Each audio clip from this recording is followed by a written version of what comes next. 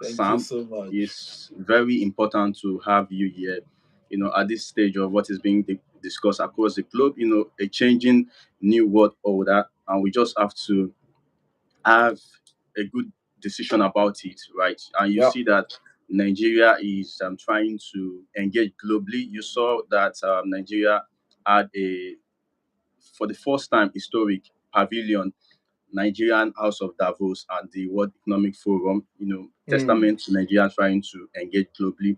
And, the speech of your prime minister, you're a Canadian, right? Took the world by surprise. And I'm sure that you listened to that speech. Someone said, and a lot of leaders across the world, they gave a very good remark about that speech that is one of the best speeches that they've had in in the last decade, last century, right? And mm, basically called for middle powers, emerging, developing, and low income countries, to come together mm, and have this sort of relationship that is based on value, respect, dignity, and mutual benefit, right? So is what we'll be discussing today. Just I'll quickly introduce you to the audience. Um, his name is Adekomi Samuel Adesuyi, and he's a very vast person when it comes to agriculture, agribusiness, and analysis. His first degree was agricultural economics at the University of Ibadan, and also followed up with masters of science in business and management. Right, so yeah, basically he has this extensive perhaps and engagement in the two different markets that we are trying to look at, the Nigerian market and the Canadian market, and he also has this leverage into the New Zealand market as well, if I'm right. So I'm trusting that the insight is going to share with us today is going to be very robust, right? Based on this breadth and depth, right? So depth rather. And so I'll just leave the space for you. You've introduced yourself. We shared a 1 minute intro of you with the audience before. So I would just like to give you a minute, to quickly talk about your expectations for today, and everything that you want to address us with. Thank you. all right. Thank you so much for having me here. I mean, this is a fantastic opportunity to talk about what my experiences have been over the last 8 years in the corporate space, especially working specifically in the field of agriculture. I did about 4 years in the agri space back in Nigeria, and I've worked about 2 years plus year in the agri space before pivoting into the mid market space. And those times allowed me to travel around, I mean, see and meet farmers, visit farms, learn about the work culture around here, learn about the farming culture back home in Nigeria extensively. There was a time I went for a conference. It was an ag conference, and here in Canada, and a couple of my colleagues came around, and we got chatting, and they were like, "Oh, Sam, tell us what's the largest farm you ever visited in Nigeria?" And I was like, "Hmm." The largest farm I visited was actually a 20,000 hectares farm. So they all smiled and they laughed. And for me, the 20,000 hectares farm is huge, it's massive. It's like traveling between Lagos and Ibadan Express Road twice. That's the dimension of a 20,000 hectares. And they told me they've visited a farm that is almost 200,000 hectares. Wow, wow, wow. So it tells about the depth of production around where we are now. But also it helps us to see the myriads of opportunities we have as Nigerians, or that we could improve upon on our production, on our capacity, on our ability to move our economy to the next level. Now, let's talk generally about the economy. largely around how we fared so far. I believe if I would speak specifically to what is happening back home in Nigeria, I would say as a person, for me, I think in the macro space we've done well, but the impact had not been felt by the people. So today, I'm sure our discussion will boil around that. We would speak to every of these challenges that we have seen from back home, and we will speak to how they have been able to move out of such challenges here in Canada. Thank you. Yeah, thank you so much, Sam, for that anecdote and the story. It's so brilliant, right? Having these different experiences helps to recalibrate your understanding of things and perspective, right? I also Yeah. had, similar scenario experience. I was chatting with a minister on X, and he said that they cleared so number of hectares, for farming. He mentioned that.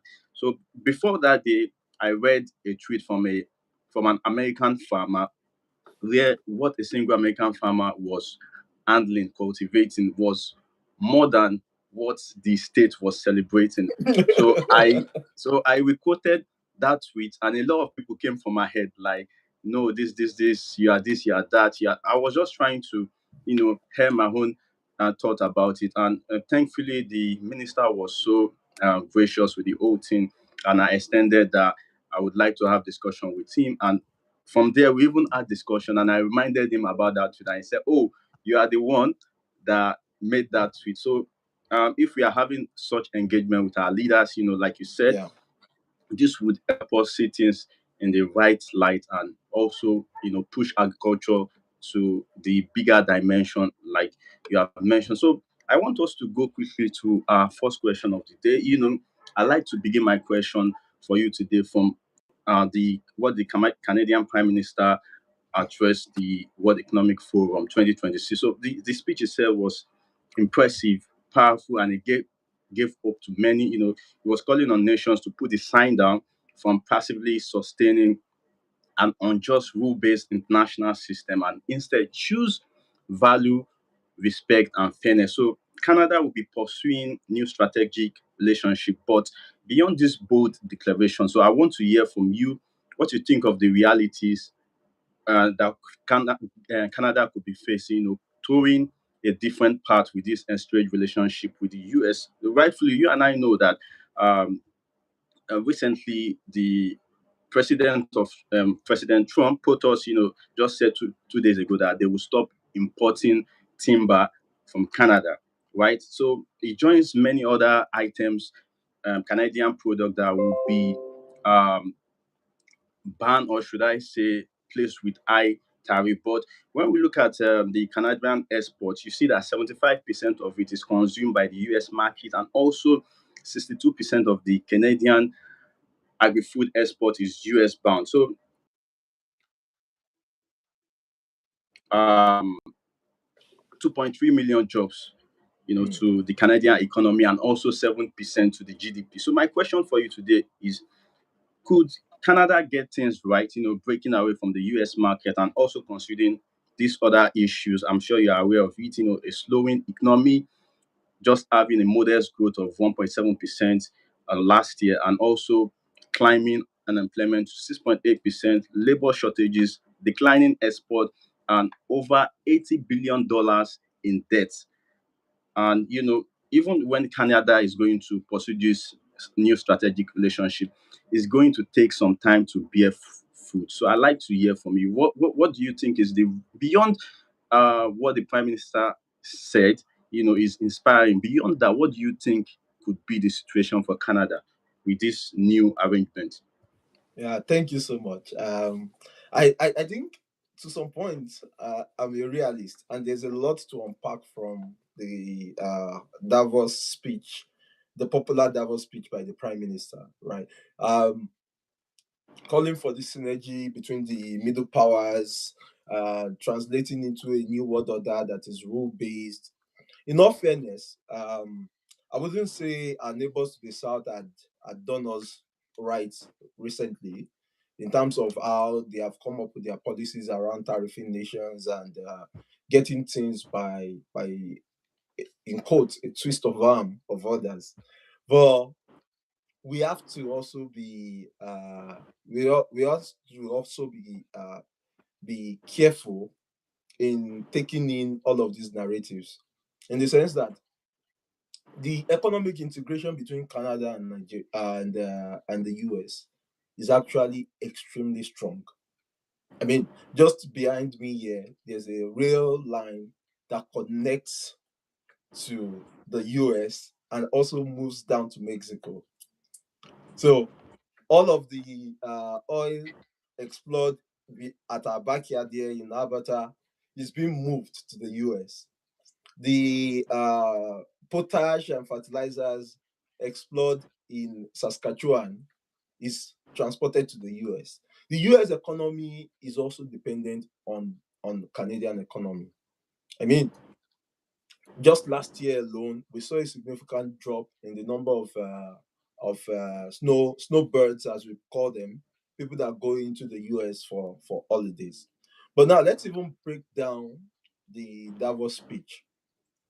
We can't be oblivious of the fact that the established powers in the world are using their leverage, their economic leverage, their population advantage, their abilities to sort of get what they want. But the present administration in the US will only be there for about, maybe at the best, maybe another 8 years. The relationship between the US and Canada is an age-long relationship that had been built over hundreds of years. So when a policy comes into play that shifts or that sort of like just to that relationship, it won't it will for me it's more like a temporary it's not something that will permanently be there. It's just like two siblings, right? Siblings, brothers, they oftentimes have their own challenges, but it doesn't change the fact that they are still brothers. And that's mm, how I see the relationship. So when we talk about maybe economic integration or wanting to have, it's just Canada being bold to want to stand up for themselves. But the reality is that the dependency of Canada, the interdependency of Canada and the US is still very strong.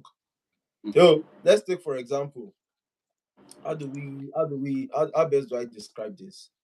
Um, we've seen issues within Canada itself that that that could even impact that call for economic the independence away from countries like the US. So when we see it in that light, we know that everyone needs one another, and every country cannot stand on their own. And let's not forget that Canada is also presently has a free trade agreement with the US on 85% of their goods. So 85% of goods traveling from Canada market to the US market is free under CUSMA. So in actual fact, the impact of the tariff over the overall economy of Canada at the moment is minimal compared to what it's having on, let's say, the European market. I mm, would say Canada has the best deal of all that had been tariffed, and that's the fact. So we are in a better position, and CUSMA renegotiation is coming up in mid this year, let's say June, July. And also we know that the midterm election in the US is coming up. So all of these things has a way, the politics, the economies of it has a way of intertwining and helping to shift the narrative around what decisions the policymakers will make. Because if this is just my opinion, let's say maybe the Democrats win majority in the House in the US.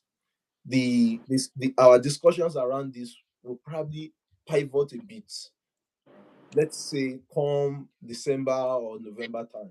So right now we are at a point where we know that the strength of our economic dependence on the US is shaking, but it is not collapsed. So there's room for more more negotiation, more discussion, and room for more trade deals. Yeah. Yeah, so thank you so much for that, Sam. That was really, really insightful. Beyond the the surface, the illusion of it all. We are saying that the relationship between Canada and US is still very, very strong because the economy is well integrated. And Yeah. it's not more like Canada is a leash on the US, right? No. Canada has a strength. I've read on the many strengths of Canada.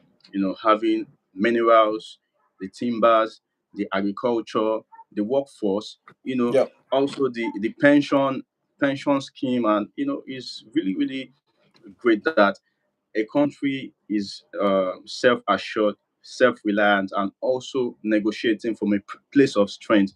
Yeah. That it could be much worse if a country didn't have anything to negotiate with. Then you would be at the mercy of whatever they are offering, or tariff. So we'll move on to the next question, but I want to quickly highlight that we are having some people saying hi in the comment section. Olu Borode, we are having Miriam Hamodu, we are having someone else with the name Chat with Oak. So we say you are welcome. If you're having any question, you can always put it in the comment section, then we address it. So, you know, when you started to address us, you made mention of some of the things happening in Nigeria.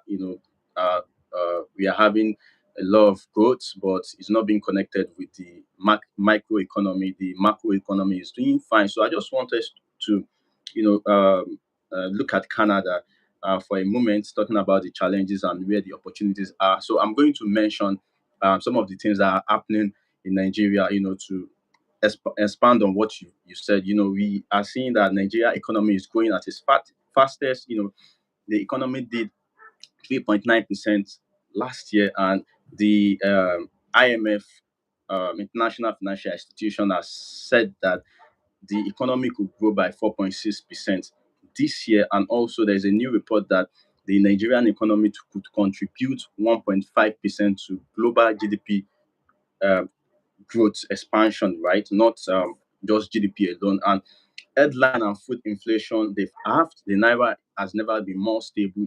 It dropped Mm. below 1,400 to a dollar. Also, the stock market has exploded, literally a record level above 100 trillion naira, and foreign reserve reached $46 billion Mm. at the end of last year and still maintains it early this year. So this is the highest in the last 8 years. So all these are due to reforms we are talking about. I'm sure you are aware of them.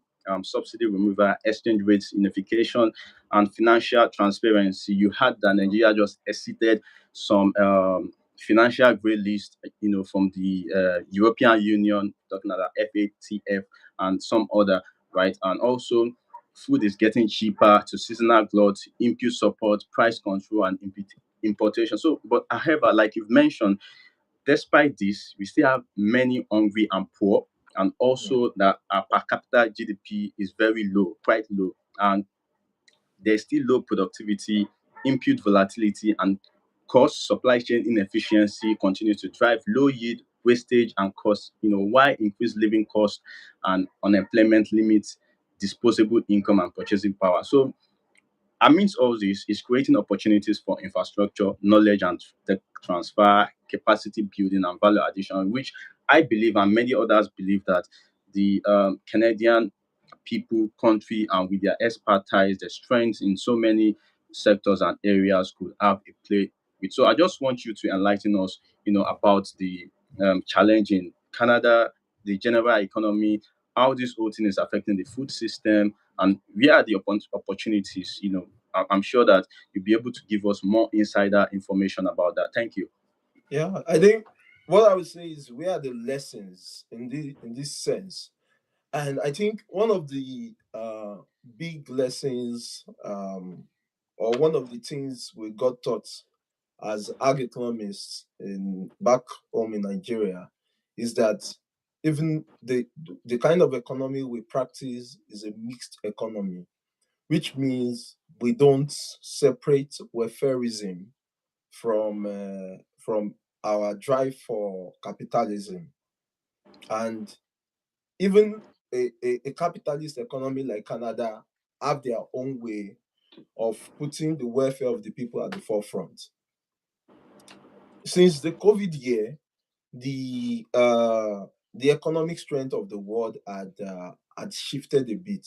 Things had become more expensive. Logistics was impacted. I mean, across the globe, we saw this increase, and it's not just unique to Nigeria. But our reaction to it is what really matters. How are we dealing with our challenges? So, for one, I recall we had during the Obasanjo administration, there was a program called the National Poverty. I think it's called NAPEP. No, the Poverty Alleviation Program. I remember then this program created jobs, and that's why we have a lot of the so-called Keke NAPEP, because it was a way to pull people out of poverty, create employment for them, even though ideally there could have been a better way to have these jobs created. But at least in the interim, it was like a stopgap to economic mess. We had a similar project. I mean, I know the present administration talks about the conditional cash transfer, but the impact of it is not as widespread as some of the previous welfareism program we've had in Nigeria. Let's take, for example, the Goodluck Jonathan administration agricultural transformation agenda, which we are both, you and I know a little about. We know about the e-wallet program, because I recall when I was doing my project in UI back in the day, I visited some farmers, and farmers were excited about this project. So the end to end of every of our policy have to be captured well, to see to the fact that we are not just focusing on the macro, which is good on paper, but how does this translate into impacting lives? How does everyday Nigerian becomes better fed? How do they have food on their table? How do they have meals, 3 square meals, even if it's two good proteinous meal? So these are issues that needs to be addressed at the grassroots level, that goes beyond, having the best and improved GDP, which is good, but we can't separate welfareism, the welfare of the people that are being governed, from the macro overall outlook. Here in Canada, for example, things have been a little more expensive than it used to be, and we've seen groceries go up. Just last week, the Prime Minister announced more like a grocery rebate. And we've had, since I've been here now, we've had this kind of rebate and opportunities come up 3 or 4 times, such that they look at the overall economy. How are we faring? Are the people better off? There was a year that we got GST rebates because they knew the disposable income of people had reduced, that they couldn't get Christmas gift for their kids as they used to. So they had to devise a way to get money into the hands of the people. Is it sustainable? No. But is it necessary? Yes. So these are approaches that I feel our government could also take to see, to help take people out of poverty. I know, and I'd always thought about this idea for a very long time. I feel at the state level, There's a lot we can do to pull people out of poverty. Let's forget the soft skill acquisition. Let's think more about how we could have technology drive a lot of our activities in the agri space. Let's have more dams. Let's have all year round production. Let's have uh, let's help people to acquire skills that they could innovate on and make better products. Our productivity needs to improve. If we limit what we have or what we are doing just to maybe the subsistent approach, we can't go far because we're a large population. Let's say maybe in a space like Okiogun, we have a massive farming project that is private and public sector driven, that gives all year round maize production. Let's say we even run 3 cycles of maize in Okiogun, Okiogun of Oyo State. We could conveniently employ 10,000 people on that project. And these are the kinds of program that is tailor-made, is localized for us. We don't have to copy another person's scheme, but it helps us to create jobs. It helps us to engage the youth. Crime will reduce, poverty will reduce, unemployment will die, at least gradually. When people are there and they have no hope, they have nowhere to go, they have no idea of what they will do, they resort to crime. And crime in itself has stifled our economy. And that's why we are where we are.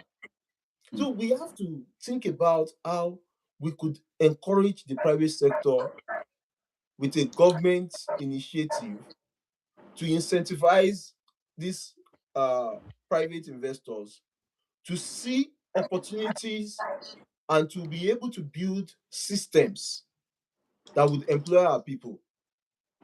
Because in actual fact, why we are where we are is because a lot of our people are not gainfully employed. mm. And then now let's now look at the second aspect of this issue. We are dealing with poverty alleviation, which ties in with unemployment and job creation, and which ties in with welfareism, which is like an important part of every government, especially in a mixed economy like ours in Nigeria. So there's a lot to unpack there. I'd seen firsthand a private sector initiative that was ready to create, at the time, 5,000 jobs in Okiogun area. I'd visited a farm in Okiogun before I left Nigeria, that the direct employment they created on that farm alone was more than 200 people. Let's now say we cultivate, let's even say we cultivate about 20,000 hectares in a rich soil around Okiogun area. And we have a dam like the Kere Water Gorge, that is massive expanse of fresh water powering those farms around. Let's imagine the amount of jobs, directly and indirectly, we can create with that. But let's have the private sector lead this, you know. So there's a lot to look up around there. We have to create jobs, and that's the best way to take people out of poverty. Thank you. Thank you so much for that.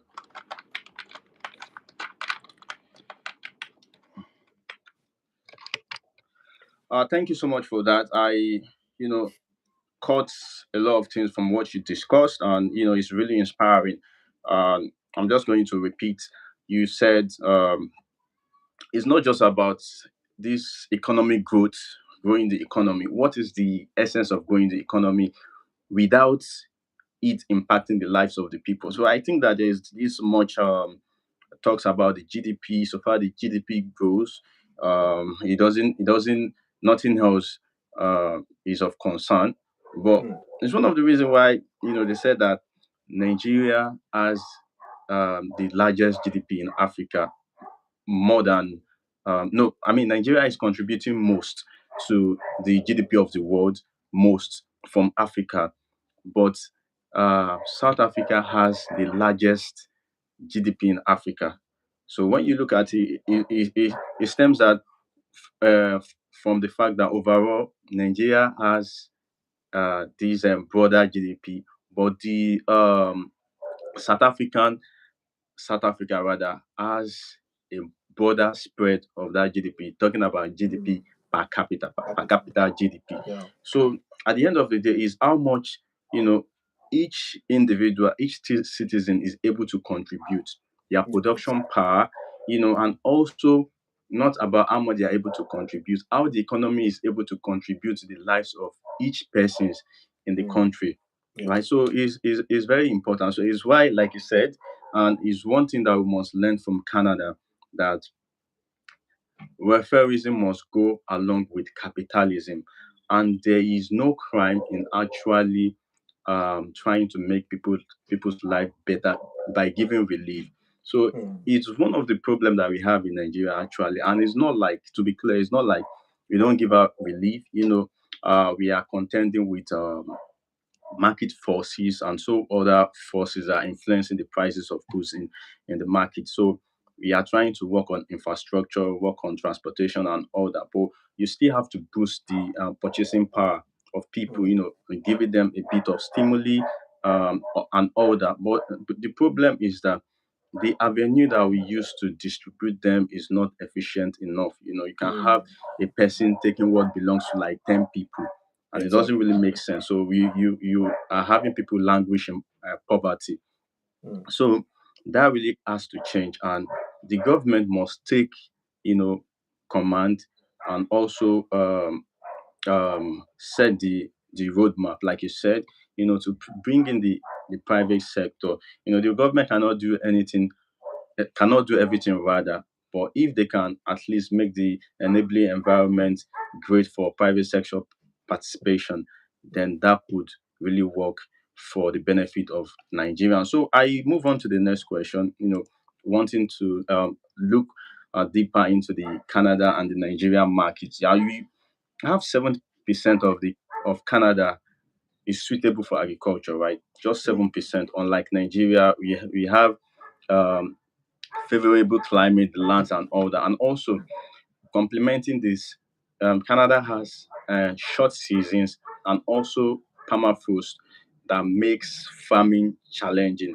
Mm. And when you look at the farming population of Canada, the average age of a Canadian farmer is from 55 to 56 years. Mm. Um, so yet, despite all this limitation, we see that the country for food and agriculture generates over $100 billion as yearly revenue. That's one part of it. And secondly, is that Canada is the world's ninth largest agri-food exporter. Mm. That's the second part of it. And third is that Canada is also the third largest global exporter in the food and produce category. It's even tending to rival Brazil. We know that Brazil Mm. has a lot of land, resources, and all that, naturally endowed. So now let's look at Nigeria. So although Nigeria is seeing improvement with some production and all that, but Nigeria has the land, it has the workforce. About 70% of our population is young people, and about half of our population is the population of youth, right? Mm. We've got the favorable climate, rainfall, talk about it. But however, we are not even seeing half of the results as Canada. So I'd like to uh, hear from you, uh, what is Canada doing different to make this possible that Nigeria could adopt to see similar gains? Thank you. Thank you so much for that question. And it's really to break it down well. One of the good I've seen in how Canadians have approached the agricultural sector is that it's not they don't see a Greek as as a welfare. They see it as a business, and oftentimes this business or this family business outlive the owners or the original creators. I've been to a farm here in Canada that is the fifth generation of farmers. You know, like the fifth generation farmer are the ones cultivating the farm now. And this guy told me that he's positing that his own children are not interested in the farm, but his grandchildren are interested in taking up the farm. Wow. So, like for some of us from Africa, I've been to many farms when I was in Nigeria. I have not seen a farm that is third generation farmers. Most farmers in Africa, once they once they make their money, let's even say cocoa, for example, in southwestern Nigeria, most cocoa farmers make their money, send their children abroad, and their children are not interested in taking up the family business. But when you come to a place like this, the family value is carried over and over, consistency and improvement over time. I mean, strong improvement over time. So this farmer I visited was showing me equipment because he sort of like has a museum. He has equipment that's dated back to 1850s that his great great great grandfathers used on that same farm he's cultivating. So you could imagine that. So they have learned over the years how to ensure that the quality of their produce is there. They are producing each year, and they have grown their reputation in the market. So their own farming practice is not novel, it's not new. It's been passed down generation to generation. I know of a farm, a massive farm in Oyo town. I mean, very massive farm I visited, and this farm was really good in the 90s in Africa. But when the primary owner died, the farm died. So succession planning is a big issue around how farmers succeed in Africa. There is not so much around there. Another major challenge I see is credit. Now, credit to farmers is a big issue in Africa. Collateral issues, collateral perfection, collateral realization is a big issue for banks because for you to get, let's even say, 100 million naira in Nigeria, you have to have 100 million or 120 million worth of assets to Hmm. collateralize such loan. There is no collateral free loan in for the most part in Nigeria, except if the policies have changed now. And when we talk about assets, your here in Canada, we do asset finance. We do asset finance, and we tie the financing to the assets financed, and to uh, not to maybe the other asset of the borrower. Can you hear me? So in a way, we have to be strategic about how we do our financing or our ag credit financing. Okay, Yeah. let's now even look at it even much broadly. So let's take for example the issue of maybe guaranteeing a loan or even getting a commodity board to guarantee a farmer, because the expected yield of a typical African farmer cannot be determined from sowing. It's difficult to guarantee what their output will be because there are a lot of factors to play or to contend with. There's drought, there could be excessive rainfall, there could be infestation of pests and diseases, there could be like lots of issues that we have not innovated around to deal with. Let's take, for example, the issue of drought. We have dams. Okay, I understand that there are 14 dams in Nigeria. Of the 14 dams in Nigeria, 10 are situated in northern part of Nigeria and 4 are in the south. Of the 4 in the south, I can tell you, at least I know, that about 3 of those dams are not being used. Hmm. And these are dams that could be used to irrigate farms, you know, that could be used. We could have the sprinkler system, we could innovate around it to have 3 seasons of maize production, at least 2 seasons of soybeans production. Let's say we take advantage of all of those, our yield per hectare will improve significantly. And the farmers themselves will be incentivized, they will be encouraged to want to take up these tasks. But we don't have the width with that, we don't have the infrastructure for it, we don't have the knowledge. We have not innovated our research and development base to tackle some of these our diseases is not strong enough, it's not localized. Most of the chemicals we use for agricultural production are not locally made chemicals, they are imported chemicals. So it is what had been used to tackle challenges in another climate that we are bringing in to tackle our own challenges. Hmm. So even, let's take for example the north and the south. The challenges of agriculture in the north, because the north I think is more in the savannah, is different from the challenges we have in down south, which is relatively I think the rainforest. So when we look at some of the challenges we have in the south, one of the biggest challenges in southwestern Nigeria is land clearing.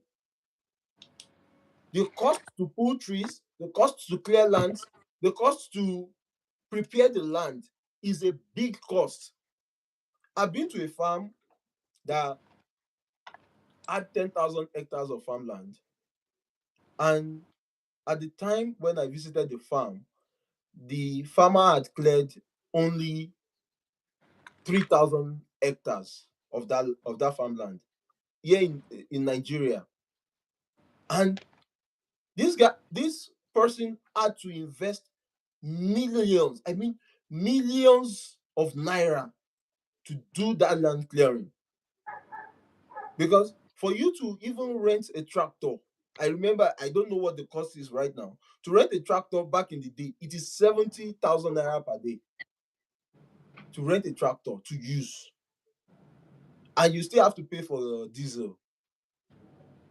So imagine all of those kind of huge expense.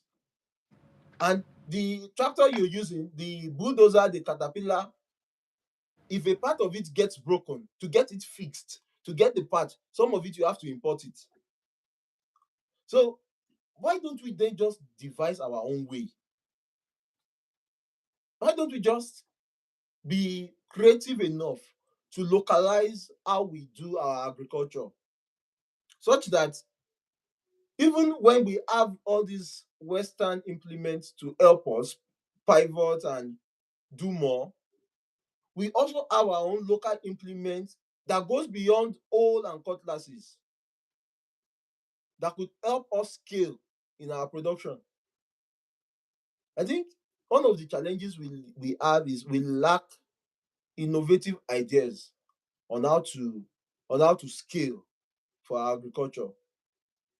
And this challenge is really, really big.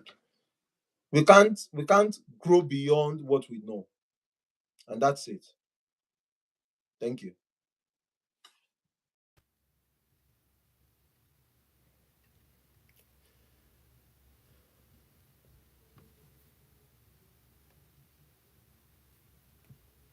It looks like we're having some network challenge here.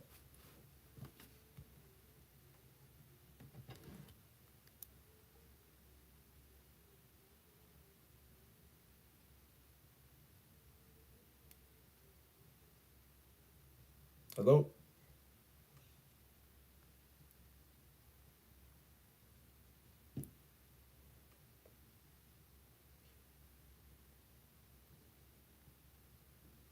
So yeah, it's a serious issue that we just have to be creative around how we address some of our challenges in Africa, and we just have to be innovative and localize our solutions. Nobody around the world will come and solve our problems for us. Nobody around the world. It has to be us driven ideas or us driven solutions.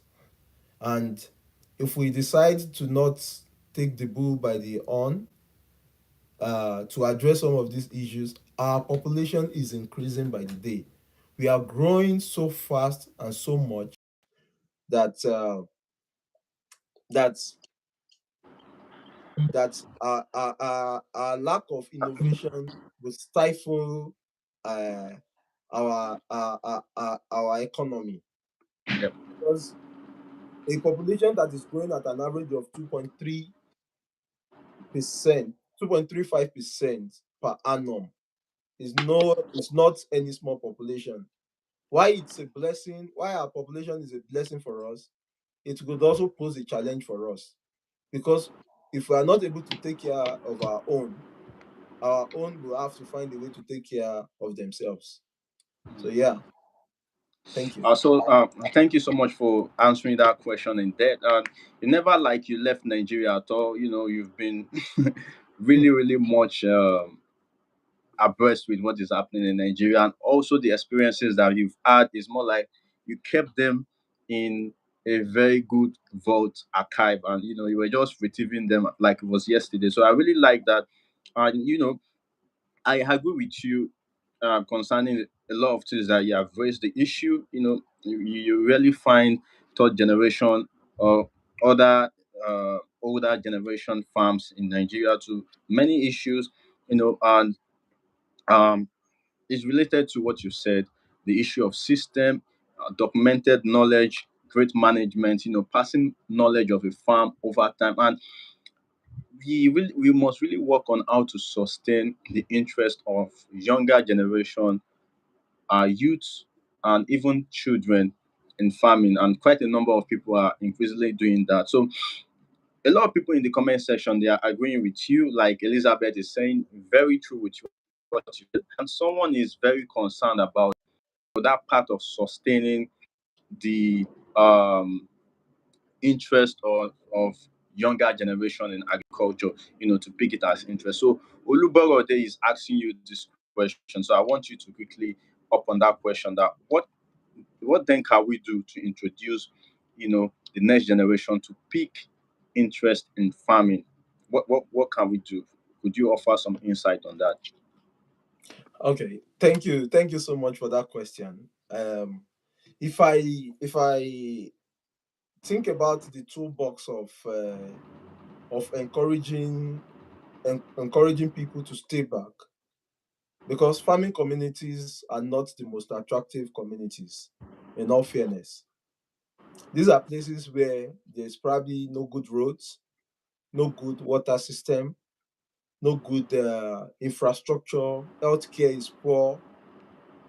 I mean, and we had seen issue with rural urban migration in Nigeria, largely with a lot of people wanting to move into metropolitan areas like Lagos, even though the land size of Lagos is relatively small.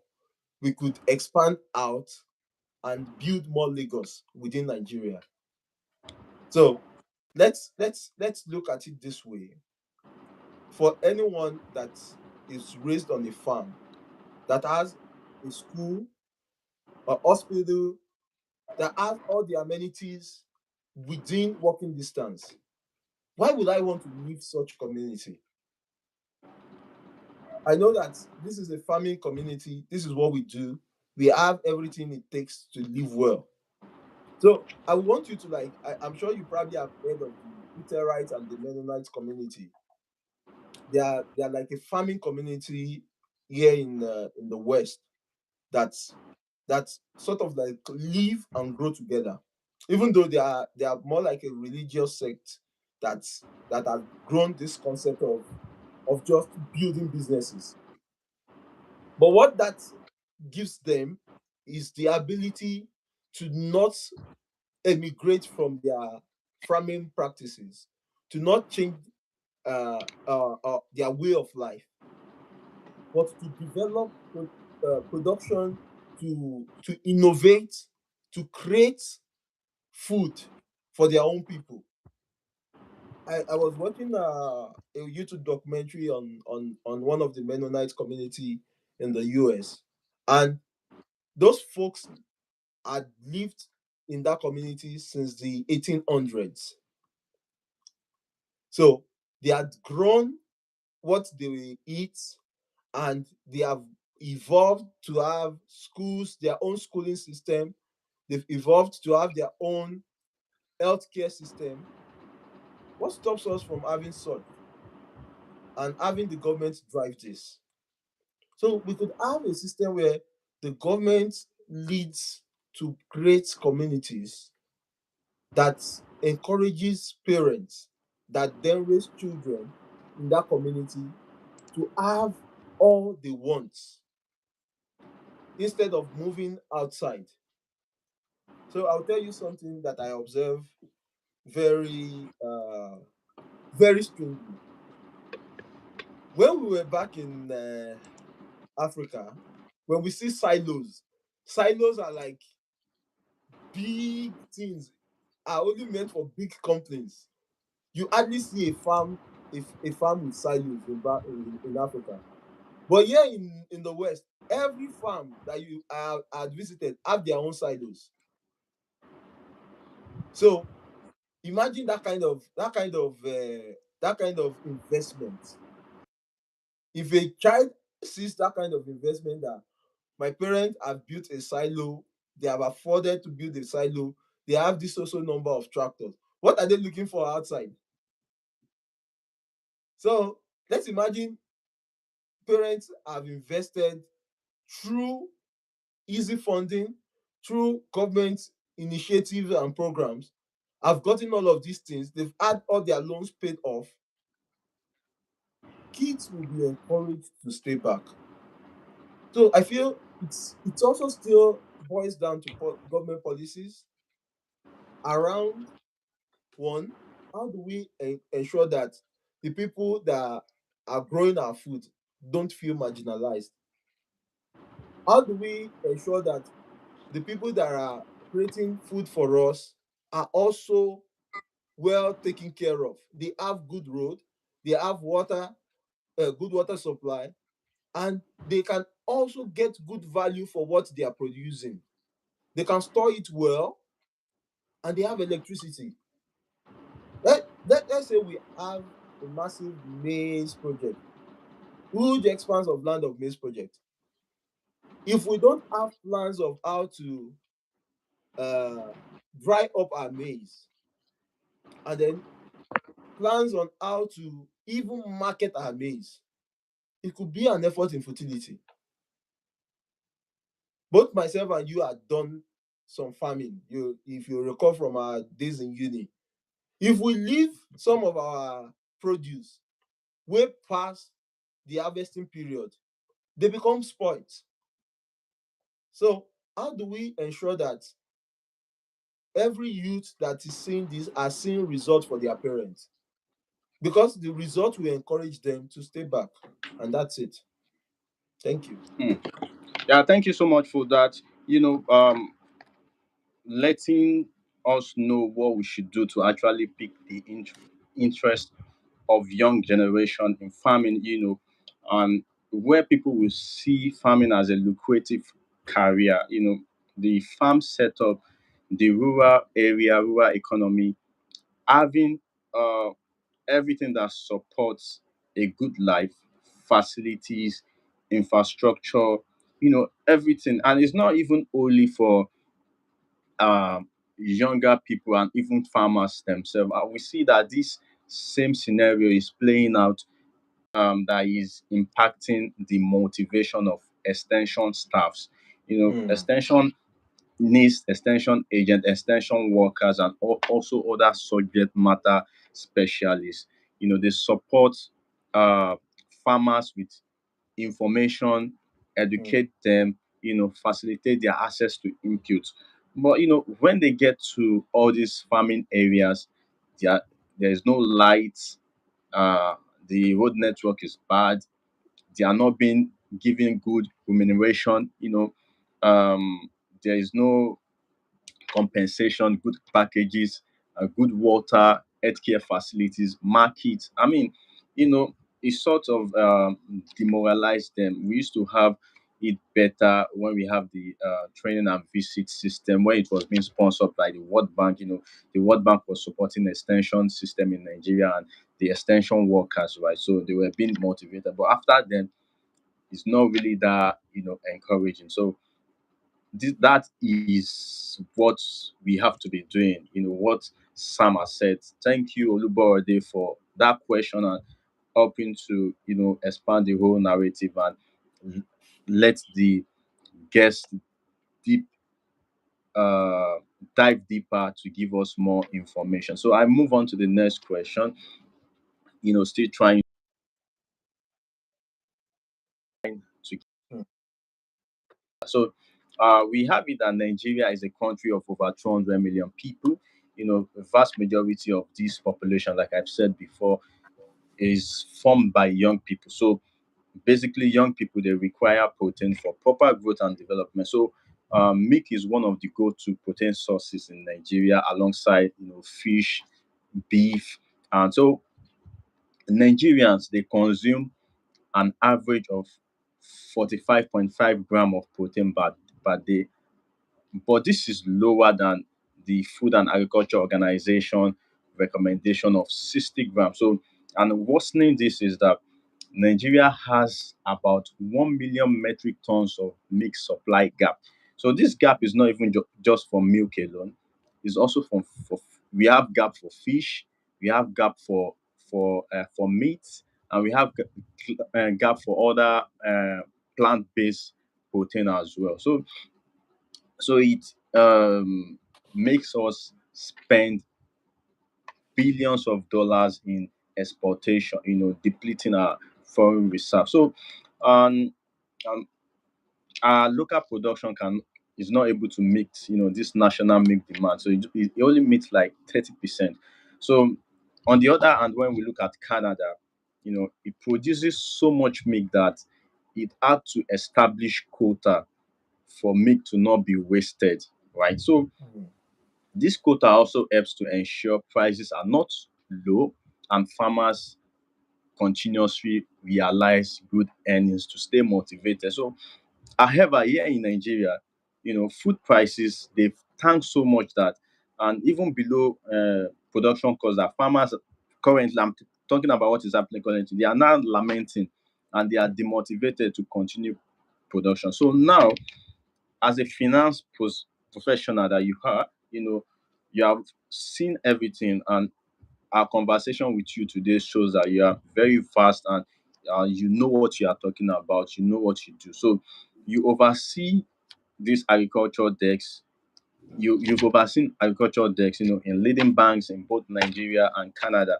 You've had private to agricultural financial policies and also partaking in extending facilities to agro players. So I like to ask you that what do you think we are not getting right or doing right with financing and um, also related other supports to develop the livestock and dairy sector as in Canada. You've been giving us a lot of insight. So I want you to give us insight on this as well. Thank you. Yeah, thank you so much for that question. I'd say uh, our challenge with the dairy sector in in Nigeria specifically is one of lack of innovative research and development. I once visited a farm. Sorry, I have to just cite example because of what I had been doing. I once visited a farm here, not so far away, and on that farm, I on that farm alone, there's a university here in Alberta that had their own demonstration farm on that farm, and on their own their demonstration farm or their research farm was such that they had students coming there to collect data and to improve the yield of their cattle, the milk yield, the fat yield, the meat yield at the time, because I actually interacted with some of these students. So for us in Africa, when we go for such research as students, we don't go there for the data most of the time. We go there mostly just to work on the farms. That is not the expectation of us as students. The expectation is to cr- make informed decisions based on data. If if these cattle are eating this amount of maybe maize and sorghum, or this type of maize and sorghum, how have they improved? How much weight have they gained? How much milk have they produced under this kind of weather condition? How have we been able to see to the fact that their yields are improving, and not just having cattle? And then what system of farming are we even adopting? Are we still doing the nomadic way of moving cattle to anywhere there is food, or we are growing food for our cattle? I know folks that they have expanse of lands that is for maize production, and all of these maize are feed for their cattle. But our cattle largely in Africa are still grass fed, which is not a bad thing. But a cattle that is being moved by foot all across a very long distance, the proportion of meat for such cattle will probably be low. The proportion of milk yield for such cattle will probably be low. I stand to be corrected, but such cattle are stressed cattle. But let's say we have an intensive approach to rearing our animals, such that we have them within a a cage, or not really like a cage, a sort of like gated system that they could roam within a farm, and their feed are controlled, and the expected yield per the field consumed is predetermined. We will see improved quality in our production. And I have also practiced a bit of farming, and I know that farming in itself can be challenging. But having the right investors, having the right ideas for the end to end of such production will yield the expected results. So when we talk about wanting to have improved protein quality in our food, it's about what are we even giving to these animals? What approach are we using to get what we want out of these animals? So if our approach is still to use our practices of moving cattle across a long distance, of a nomadic approach to animal production, we might not get the result we want. We might not, because we know that in the Western clime, most of the cattle that produce the milk that led to them having the quota system are not cattle that are moved from one location to another. They are cattle that are raised within the same farm. It is only when you raise them together you can manage, you can research, you can control the environment. But when you move them across board, you don't even know which is which. I remember we used to have this thing called air notching to recognize our cattle. There's a numbering system around here that when you come into a cattle ranch, you already know the set of cattle. You could create, you could bet a lot of cattle around the same time, and size them up and sort them easily. I know as Africans we have our own way of doing things, but there's a better way to do things. That's what I can say. Hmm. Because if we keep at maybe just doing the nomadic approach, our yield would not speak volume. We would have some yield, but it will not be enough. Let's take poultry for example. A successful poultry farm is not, most of the time we talk about deep litter or battery cage system. Why don't we open poultry and make chicken move from north to south? Because we are nomads. It won't work that way. We have to, even when we say we want the deep litter system, we still have to put them within an enclosed space that we can easily monitor and control the activities of this poultry. And what stops us from having innovative ideas about uh, artificial insemination and all of those kind of things for cattle production? So there are a lot of ideas, there are a lot of ways we could improve the quality of our protein, only if we are open to take on new ideas and improve on it, not just copy it, but improve on it. Thank Hmm. you. Yeah, thank you so much. You are spot on. We have to look at agriculture as agribusiness, and we have to incorporate productivity. Very, very important. I give you some statistics. Like I've said before, we have 1.2 million, 140,000 metric tons, 780,000 metric tons supply gap for meat, Hmm. egg, and milk. So like you said, bulk of our challenges comes from this extensive production that we are not doing, having this um, production intensive. So I give you some stats here.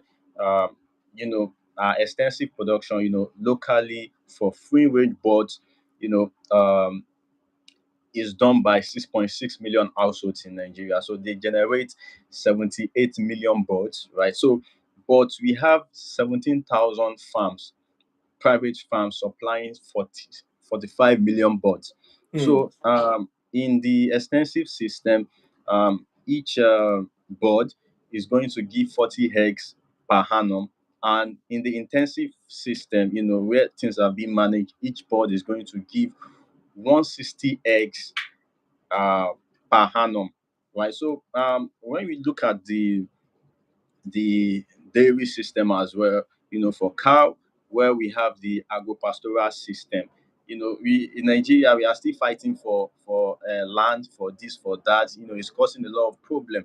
We could be doing intensive ranching, but because we don't want to spend money to invest in um doing agriculture, agribusiness. We just want free feed for our cattle. It doesn't work that way. But I give you the start again that the agropastoral system, at least for each cow, delivers 6 liter of milk per day, Why Hmm. the intensive and well managed organized system gives 30 liters of milk per day. So, no doubt, like you said, we have to move from the extensive system, free food system, to intensive system that involves investment, research, data led production and decision, right? Yeah. So it's quite important. So we move on to the next question. We have gotten to half mark of the event, and it's been very great having you today, being able to answer all our questions, you know, enlightening us and trying to find a way forward, to help resolve many of the challenges that we face in the food and agriculture space. So let's talk about the trade between Nigeria and Canada for a moment. So I'm sure that you are aware there is a significant trade between both countries. Before it was estimated as $2.9 billion, but currently there's report that is at $3.5 billion. So basically, from the 2010s to 2024, the value of the trade between both countries grew only by $0.2 billion. So it's lower than what you would have for like Nigeria and France in similar period. So even like the trade between Nigeria and France is what $2.9 billion. So it's almost the same as what you have, or should I say the same as what you have for Canada as well. So, Hmm. but personally, I was expecting it to be much more for Canada, because a Hmm. country that has much similarities, between with Nigeria rather. So, what do you think in that the trade between both countries to grow as it should? I believe that it is going to grow. And what strategic steps do you think that Nigeria could take to improve the trade with Canada? Hmm. Well, I would say Canadian economy is if I specifically speak of the agri space, the Canadian economy major exports is technology. One, two is canola seed, three is canola oil, four is wheat, durum, and maybe oats. Now, where are the markets for some of these products? Nigerians are not typically big on canola seed or canola oil. This product goes to China predominantly, and the canola seeds are used for their animal feeds and all there in China. But this is not what we do in Nigeria. So I'll say the intertrade between Nigeria and Canada in that sense is not strong enough. What can we produce, or what do we produce that en masse could be a resource for Canada? I would have said maybe ethanol if we are producing enough for local market, or biogas. But the Canadian economy is also so robust that it has its own way of producing its own biogas. The canola seed we spoke about are also used for biomass biogas production. So I would say the best of business interaction I can see between both countries would still boil around transfer of knowledge and technological adoptions, which is that the results that Canada is seeing from their technical abilities and from their implements, we could innovate around it, localize it, and use it. If I say maybe in specific products, things Nigeria produces that we could produce better and import here to Canada, maybe things like cocoa, because we produce emas. Bulk of our cassava does not go out of Nigeria because the shelf life of cassava is averaging 48 hours.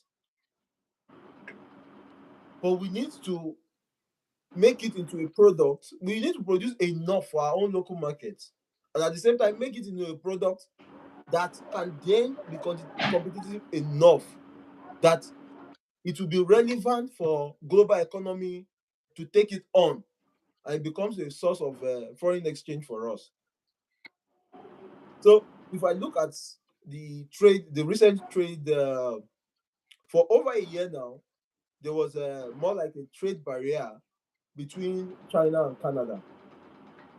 But the relevance of the product that is coming out of Canada to the Chinese economy is there, because the product is useful for them.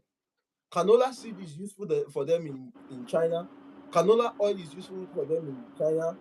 And the wheat, durum, and oats are also useful for them in China, because it's a market that is ready. It's a market that needs it. But what is Nigeria producing or has innovated that global economy will say we did it? So we are not yet at that food self-sufficiency for us to be able to like start thinking of pushing our product out. Maybe I would say let's first meet our own local demands. Let people be able to easily get gari. Let them be able to easily get elubo. Let them be able to easily get fufu, and at a cheaper cost. And then we can start thinking of how we could then make this product a global product. Our cassava flour could stand as a strong alternative to wheat flour. We remember when in 2010 or so, or around 20 in the 2010s, when the Goodluck Jonathan administration was talking about the cassava bread. If there had been consistency on this policy, maybe the narrative around cassava now would be different. But our stories has changed because we no longer even innovate around that side as government changed.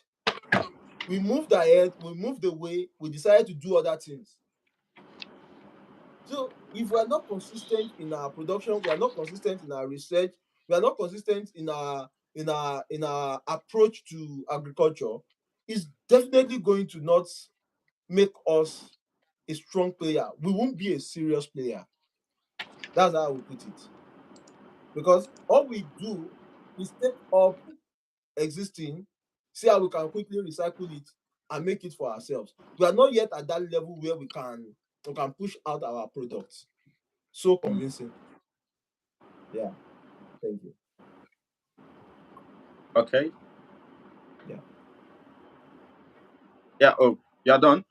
All right. Yes. Thank you. There is a bit of network problem here because I'm struggling to hear you and it's Oh, breaking a bit. I don't know what the issue is, and for some time I've been logged out as well, trying to log in oh, back. I don't know why it's happening that way, but I was able to, catch much of what you said. You yeah. know, talking about the things that Canada is producing and export with. Obviously, you know, aside most of the product going to US, China rather is the second largest uh, trade partner for Canada, right? And many of the products from Canada goes there, technology, canola seed, canola oil, wheat, of which the wheat that you are talking about is one of the things that is making food costly in Nigeria because we are not producing enough, either by our climate, needs this sort of temperate climate to grow, or maybe because we are not really giving it a serious commitment. And um, hearing about places like Saudi Arabia, very hot, desert, and able to grow a good quantity of wheat, makes Mm, it like a possibility that we can actually grow wheat in Nigeria exactly. beyond just. And still related to what you said, that we need to incorporate technology a lot. But I still believe that there's still area of collaboration between Canada and Nigeria, especially looking at the area of energy, as Nigeria seeks to uh, exploit his gas and oil reserve to produce energy. And we have the likes of private individual, private company like Dangote and the Dangote Group, now refining oil in Lagos, Mm, and helping us to meet our local demand for oil without having to import. So now Dangote will be exporting to Ghana. So those are mm, the kind of things that we want to see. And you are right that we must actually export from a place of local sufficiency and excess.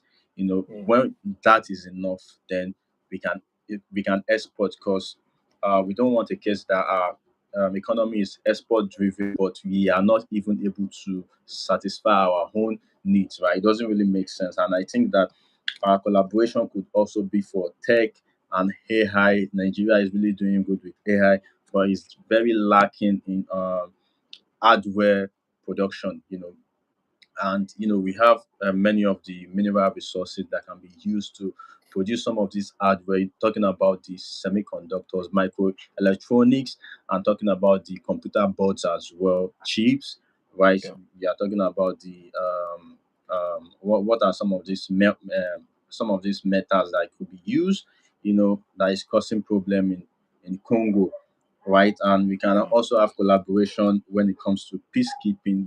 Canada is really good with that. Non-combative way to bring about peace, also Mm, aid and all that. So now we have the Nigeria and US, you know, having a joint action against terror in northern Nigeria. So maybe there could be a sort of relationship around that. We'll soon come to that. And also, we could look at tourism and creative economy as well. Both nations are multicultural, they are diverse, they have a lot of mm, historic and important cultural sites, beautiful nature places, right? So, those are the kind of things that we could be doing. So, just to buttress your point and move on to the next question. And mm. I'm so sorry. ag- There was a part I missed out in that question, and I would say okay, one of the one of the things that I feel had not also helped a sort of like collaboration in that sense between Nigeria and okay, Canada is we don't have a direct carrier from Canada to Nigeria. mm, If you're looking to travel to Nigeria, and if you look directly, I think there's a route that actually leads directly to Nigeria, and it will take maybe about ten hours, because Canada is bordered by the Atlantic Ocean, right, to the east. So flying across, I stand to be corrected, but there should be a direct carrier, because Ghana is having a direct carrier right now from Canada. So why not Nigeria? Ethiopia has, even though Ethiopia would go through Dublin before coming to Canada. But this is an opportunity for us. We could have a direct carrier. There are a lot of Nigerians right now. There's a growing Nigerian population, or let's say there's a growing African population. We could pick up people from other countries could fly into Lagos, and from Lagos fly directly to Canada without having to go to Europe. mm, So these are some of the things we could do that we could better collaborate with the Canadian partner. You also spoke about the issue of energy. I feel Canada is really big on hydropower generation, and we have a lot of hydro dams, lots of large water bodies, fresh water bodies in Nigeria that we could actually collaborate on with Canada on how best they have succeeded in this space. Canada also has 19 nuclear reactors.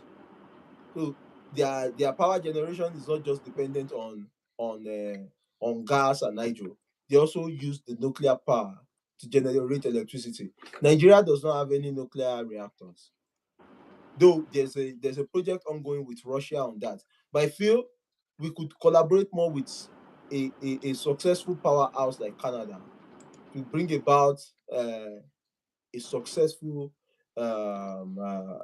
nuclear plant that would help to manage our electricity crisis. Yeah, for sure. Okay, thank you for that. I think maybe because I struggle to hear you, might want to disconnect and reconnect. Maybe that would help with the connection. All right. Um, you speak for some time, then it breaks. So a huge chunk of what you say is broken, and it doesn't help to put the pieces together. So maybe you might want to disconnect and reconnect again. It Mm, happens that way sometimes, so it helps to okay. refresh the network.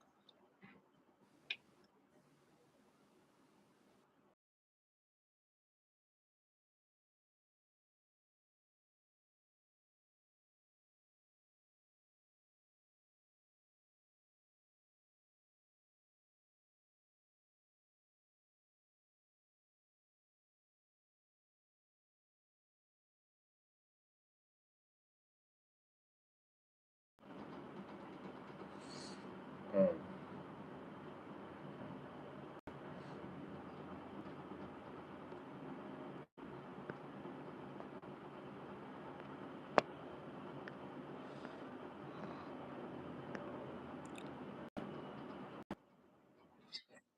All right, you're back.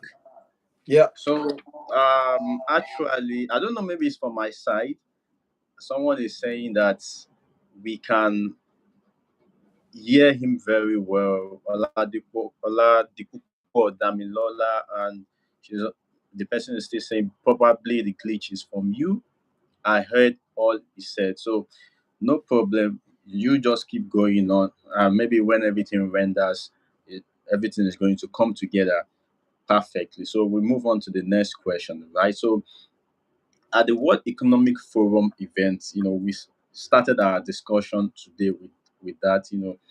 You, the Canadian Minister emphasized that Canada would engage in mutually beneficial trades with willing countries. So the trade of African countries, inclusive Nigeria, for instance, with the UK and France, has been one of exploiting raw commodities without much focus on impact, right? So this appears to be the similar case for Nigeria and Canada, except that Canada also imports raw produces from Nigeria as well. So there are reasons to believe that these trades could be better structured to more beneficial trade. So let's look at it. Mm, Um, Nigeria has untapped lithium, cobalt, gold, like I've said, important for making of these computer devices, hardware, semiconductors, microelectronics, computer boards, right? And Canada has this very sophisticated mining expertise, right? So mm, I'm looking if there could be a sort of collaboration between Canada and Nigeria built on hardware and computer components, locally boosting its tech ecosystem and earnings, no, I mean locally boosting Nigeria's tech ecosystem and earnings. And why, uh, as Canada is facing a volatile market with mm, this um, tariff tariff war with the US, it can secure his supplies, for some of these minerals, uh, with Nigeria, right? So, what do you think about this arrangement? Could it be a reality, and you think that is a good way to go? well, I'd say it, Canada is also a very resource rich country, and there are a lot of untapped natural resources. I believe that Canada is probably the richest country in the world resource wise, and I stand to be corrected because when we talk about a population of just 40 million people that sits on the third largest reserves of oil, of crude oil, a significant amount of gold, lithium, cobalt. I mean, there are so many natural resources here in Canada that is untapped. So, and the Canadians or the Canadian government right now is such that they have this. The previous government, I stand to be corrected, have this keep it in the ground idea. If an average Canadian should live like a Saudi, that's how resource rich this country is. But it is untapped, it is unused, it is just kept into the ground.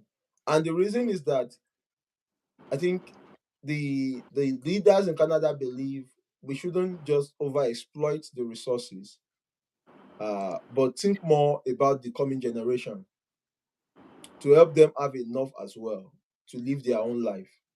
And we can't rule out the fact that climate change is a concern around here. It's extreme cold, extreme heat during the summer, there's fluctuation, there's unpredictability. So these are known challenges. Now, when we look at Nigeria, Africa, the amount of oil we have is child's play compared to what Canada has. Like we call ourselves oil giants, but Canada is like oil great giants. And when we talk about resources, the volume of what we have, and I stand to be corrected, but to have the kind of idea you are thinking about, to have creation and production of equipment out of our resources, it takes someone that has interest in it, someone that does not have what we have, to want to come to do that. And I feel a country like China, even though they are also resource rich, their population does not allow them to have that resource available to all, as it were. So I feel if we pivot towards a country like China to drive innovation, to drive production, to drive technology for us, it makes a whole lot of sense. You understand? Because they also need these resources. They are active player in this space. Most of the production in the West had moved towards China. If we have China as not just partners in road construction, in rail construction, in port construction, but also partners to come into Africa to build technology, to build computers, to build cars. We have BYD in China. Why don't they just come to Nigeria and build and have plants and create? We have the resources. Let our government encourage the private partnership to use the resources in a controlled manner and not just ship it out, but use it for our own local economy, create jobs for people. And that's what China is doing. China is taking the resources, taking it to their own country, creating jobs for their own people. But if we have a memorandum of understanding with China that we love you, we appreciate what you are doing in the world, we thank you for constructing railway from Ibadan to Lagos, we appreciate the port development, we appreciate everything you are doing with our airport. But the next step of this agenda is we want you to build plants in our own local economy. We don't just want to import from you alone. We will import from you, no doubt, but come, let's collaborate. Let our resources also work for us. We don't want to just push out our own natural resources to you. We want our resources to be used within our space. And that's what Dangote is doing. And that's why sometimes Dangote speaks about some of these things. I'll say, no foreign economy will come and develop our country for us. Mm. It is very true. Everyone will pivot towards job creation for their own people.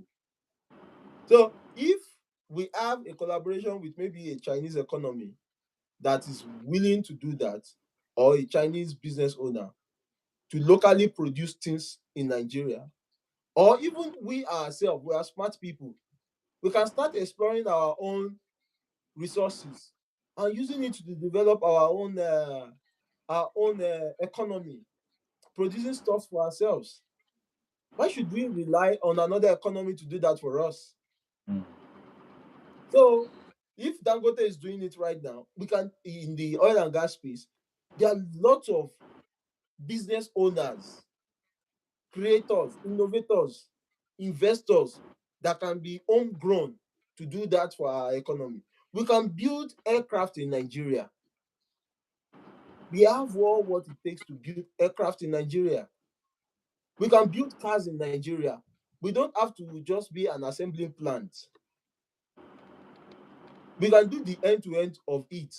Most big economies in the world are people that are net producers and not net consumers. We are a consuming nation that is not producing much. So yeah, it's a big challenge. Also, thank you so much for that. I've been trying to elicit how uh, Canada and Nigeria could actually um, collaborate, but what I've been getting from you, and it's quite important, is that we need to build ourselves. That's one, and you can negotiate better when you have built something for yourself. And when you are negotiating, you should be negotiating that rather than exporting things, or your country being a place for assembling. We can negotiate for local manufacturing, local production, because it helps to expand the opportunity, create jobs, and trap in incomes, and helps to eradicate poverty and inequality, right? So that's very important. I honestly believe that we can do same. We have the resources, we have everything it takes, but there will still be need for tech transfer. I will come back to that in a moment, just to corroborate what you said. With Canada being a self-sufficient nation, self-reliant, and very pragmatic about the sustainability of the nation, not just about exploiting, thinking properly, do we need this or that, and you know, entering partnership with pragmatism. If they want to partner, it should more likely be with China and others. But what I've seen with the world around, you mentioned for China as well, that China has all these resources, but the reason why they keep importing is because they have this population that keeps putting pressure on things, and it might not necessarily go around. I think China is the largest population on earth, right? But still, we still have countries like the US, like Russia. They have many of these um, resources, but they keep also still entering alliance, partnership, collaboration with other countries, developing countries as well, be in Congo, Nigeria, and French Africa as well. Trying to um, tap into these resources despite having the resources at home. I think many of these countries, they try to look for ways to diversify, like you Hmm. said.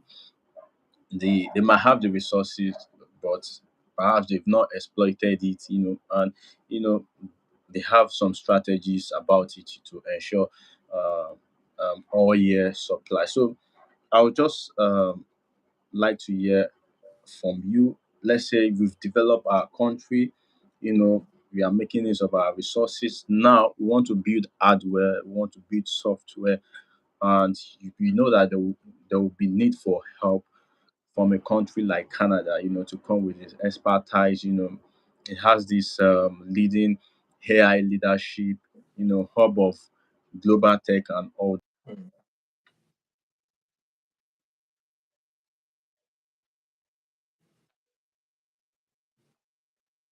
that with fintech and a lot. We just establish AI strategy, and we are moving up the innovation ladder in the world.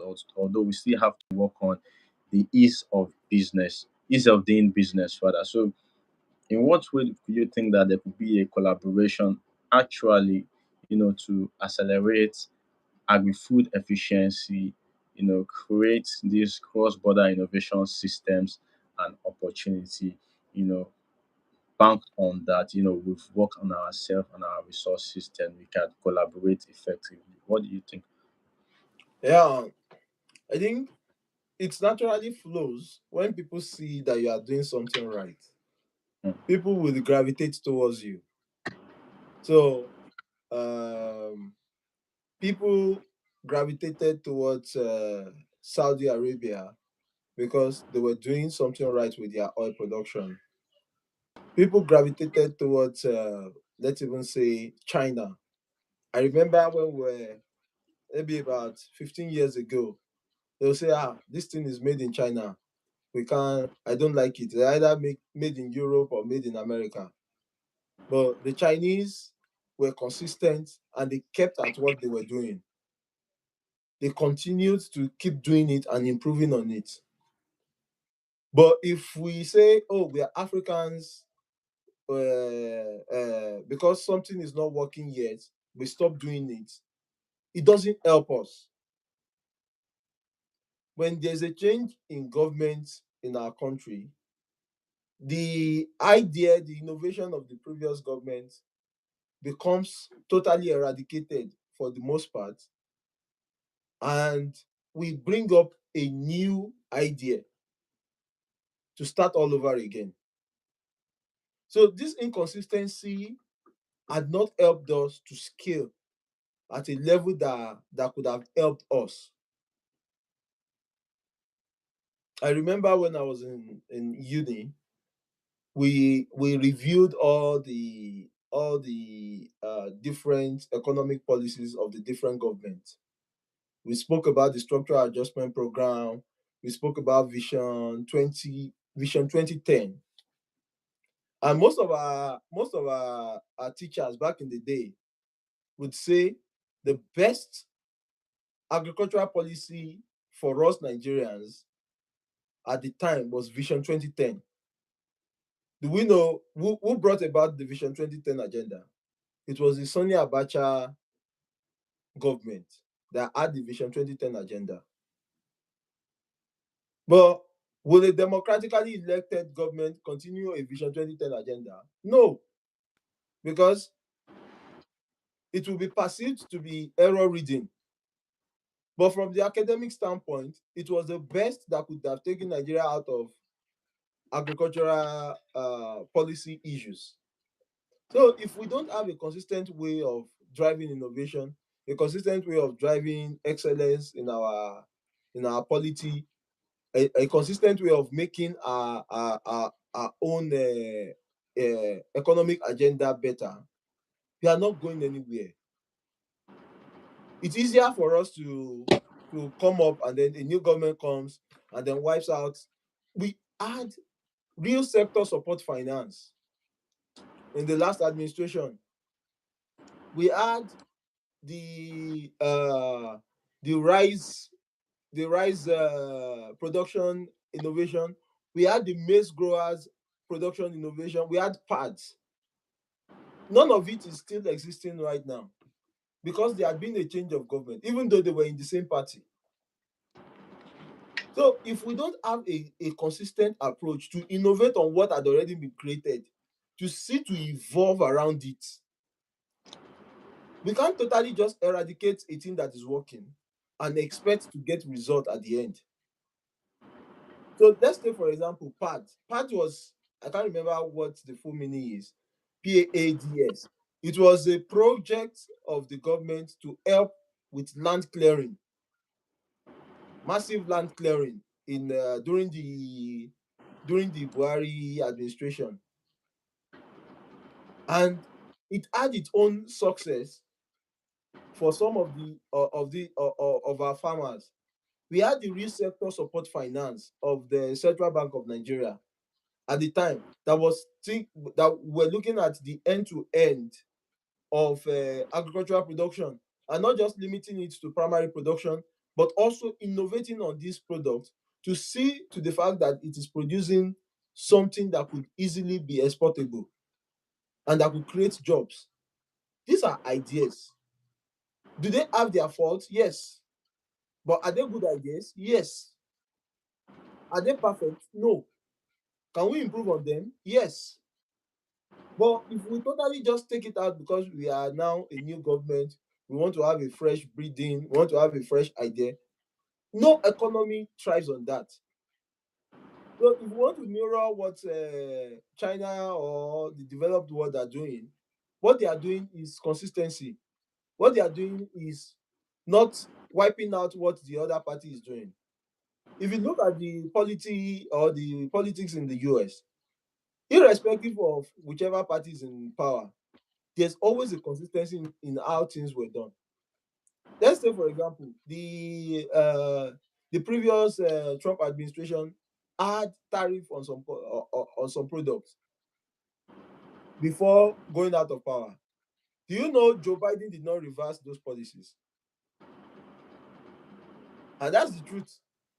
Even though it was put in by a Republican, the Democratic government still continued on it.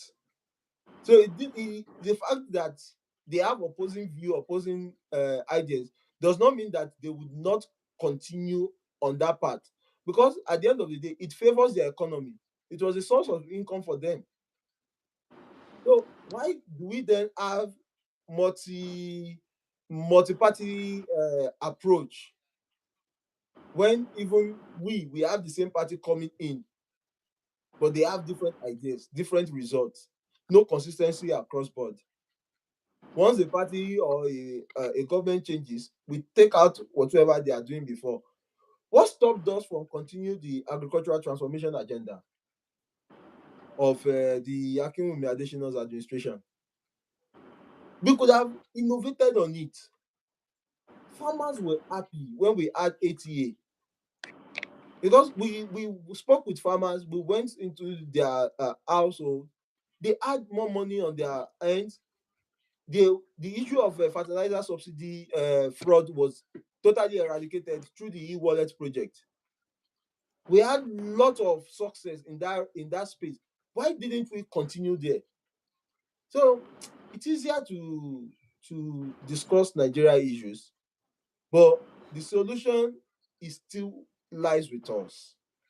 And the solution is that we can't continue to just wipe out ideas and expect we have the same result. No. China is consistent. America is consistent. Even though these countries evolve, they evolve. They don't eradicate ideas. Thank you. I thank you for that. And you are right. We had a discussion on this podcast. I think it was with Prof. Akim Bile from the Department of Agricultural Extension and Rural Development, University of Ibadan. We spoke on translating research into practice, translating research into policy. And we've touched on this actually, and this lack of policy, proper policy transition um, is one of the things that is holding the nation back and also holding the agriculture sector back as well. Something good from the previous administration is not continued onto the not next administration. You've rightly mentioned some. The GS scheme was perfect. And what Professor Akimbile said then was, still in line with what you said, that one of the problems that we have that is causing that, or should I say, the leading problem is that we have not found a way to legislate all these policies such that is a national thing, is a Nigerian thing, is not a government thing. You Exactly. understand? So such way uh, policy from the previous administration can be transferred onto the next administration and improve upon, even as bad as it is, the loggerheads between the Trump presidency and the Joe Biden presidency, right? Many of the policies of Biden are still continued, right? Okay.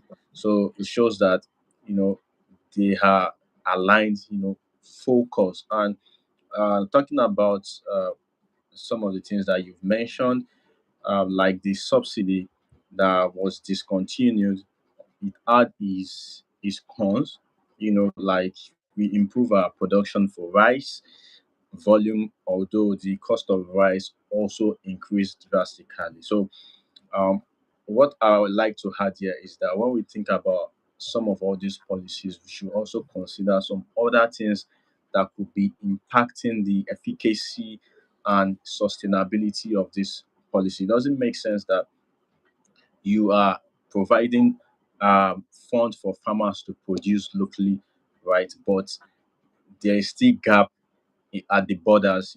Rice is still entering cheaply, competing with what the farmers are producing, and those rice are coming in at lesser prices than what farmers are producing. So at the end of the day, the farmers could not keep up, and to them, it doesn't make economic business sense for them to continue. So what did many of them do? Since they saw that people like the foreign rice, they started bagging the foreign rice in the illusion to people that they were producing same quality of rice, selling to people at the same price of foreign rice. So Mm. that's what we had. So is why I get amazed when people say that the subsidy was a scam and all that. Yeah, we had the report from the CBN that 45% of the over 1 trillion naira given in the last in the 4 years, the last 4 years of the previous administration, you know, could not be repaid back, and even the IMF said that it was up to 75%.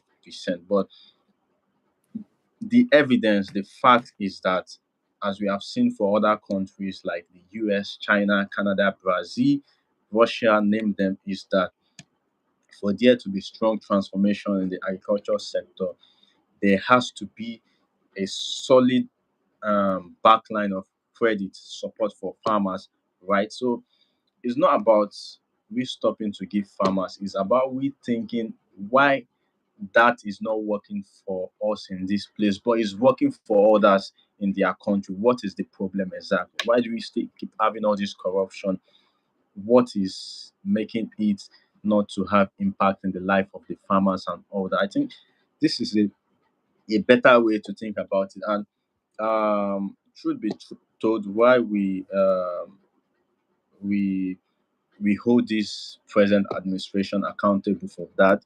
We must also commend it for continuing with the subsidy removal that started since the previous administration. I mean, a lot of corruption was going on there, and also in the currency market, currency market as well. The arbitrage, people were making insane turnovers from there, but now they closed up everything.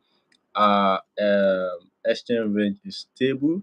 We're having more liquidity in the financial system and trapping in more, foreign earnings, and our foreign reserve is growing. Our capital market also is growing as well. So, uh, corroborating your point, these are the things that we are going to be getting if we have a proper policy, you know, transitioning, right? And let's move on to the next question. I hope I didn't spend too much time on that. So, you've changed the whole narrative of the discussion today that we should look at, instead of looking at strategic partnership with some other countries, we should actually look at ourselves. So, I just want to think, well, I want to ask you, what do you think could be the role of the private sector in this journey to improving our productivity locally,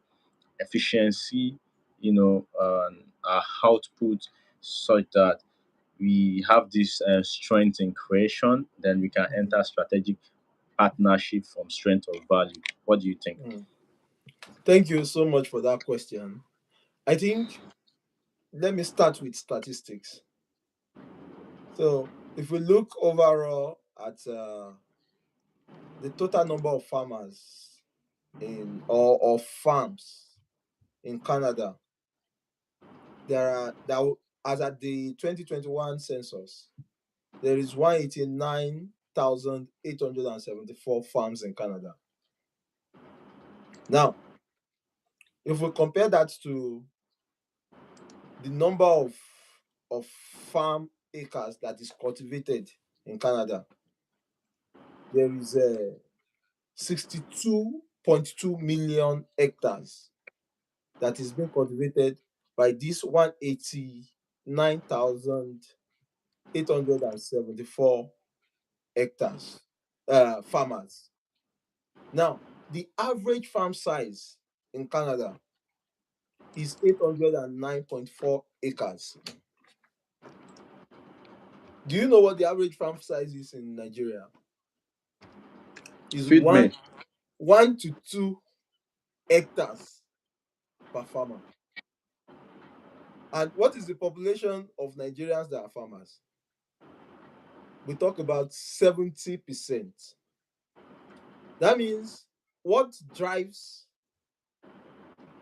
production, what drives the Canadian agricultural economy are businesses and not individuals. Now, we are asking about how we could make the private sector a part of this. We have to take out the bottlenecks. We have to provide security. I know a farm that on that farm, when I visited them, they had 15 checkpoints in Nigeria. 15 checkpoints with two securities in each checkpoint. That is additional cost for the farmers.